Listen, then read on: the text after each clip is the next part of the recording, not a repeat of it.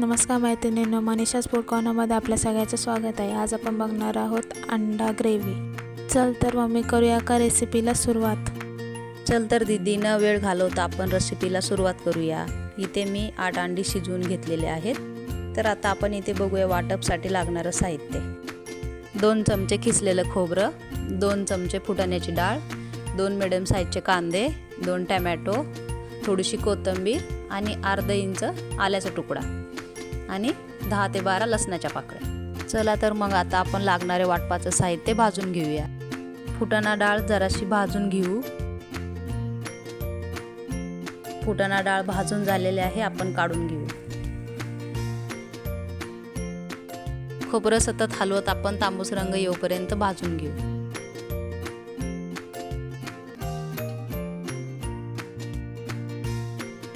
इथे आपलं खोबरं तांबूस रंगावरती भाजून झालेलं आहे, आता ते काढून घेऊ। कांदा सतत हलवत लाल रंग येऊपर्यंत आपण भाजून घेऊ। इथे आपला कांदा भाजत आलेला आहे, आपण लसूण घालू। हलकासा लसूण भाजून झालेला आहे, त्यामध्येच आपण टोमॅटो घालून घेऊ। टोमॅटो वरती आपण अर्धा चमचा मीठ घालून घेऊ, त्यामुळे टोमॅटो मऊ होतो।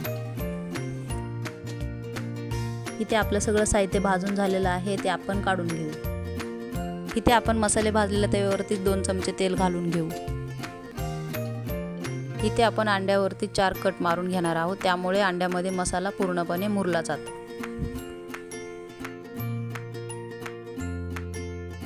सगळ्या अंड्याला कट मारून झालेले आहेत। थोडीशी हळद,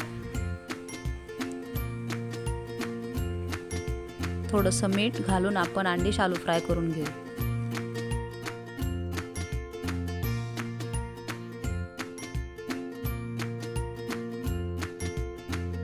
इथे आपले अंडे सगळे शालो फ्राय करून झालेले आहेत, काढून घेऊ। इथे मिक्सरच्या भांड्यामध्ये फुटाण्याची डाळ आणि खोबरं घालून फिरवून घेऊ।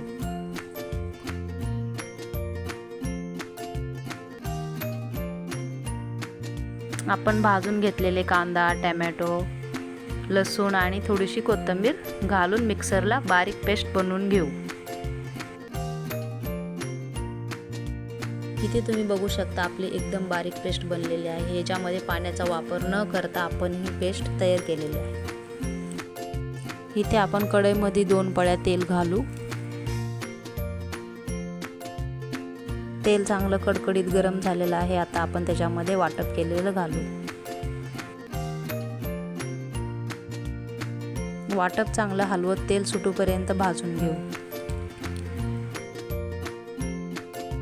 इथे आपल्या वाटपाला तेल सुटलेलं आहे, आता आपण मसाले घालून घेऊ। 1 चमचा काळा मसाला, 1 चमचा लाल मिरची पावडर, 1 चमचा अंडा कढी मसाला आणि थोडीशी हळद।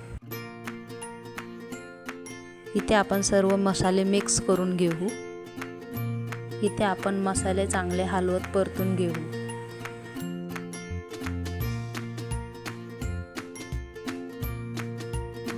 तुम्ही बघू शकता इथे मसाल्याला चांगलं तेल सुटलेलं आहे। आता याच्यामध्ये आपण अर्धा ग्लास गरम पाणी घालू।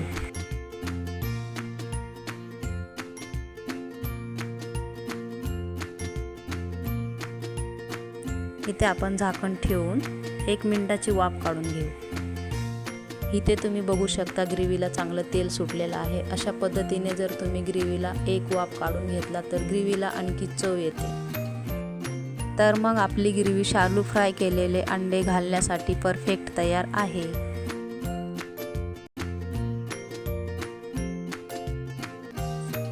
चवीनुसार मीठ घालून घेऊ। चांगलं मिक्स करूया।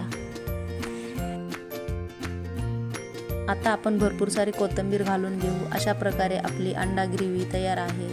चपाती सोबत किंवा भातासोबत तुम्ही खाऊ शकता, अप्रतिम लागते।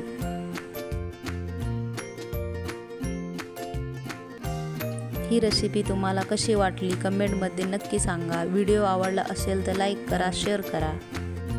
अशाच चमचमीत रेसिपी बघण्यासाठी मनीषाज फूड कॉर्नरला सबस्क्राईब करा। व्हिडिओ लास्टपर्यंत बघितल्याबद्दल धन्यवाद। पुन्हा भेटूया नवीन रेसिपी सोबत।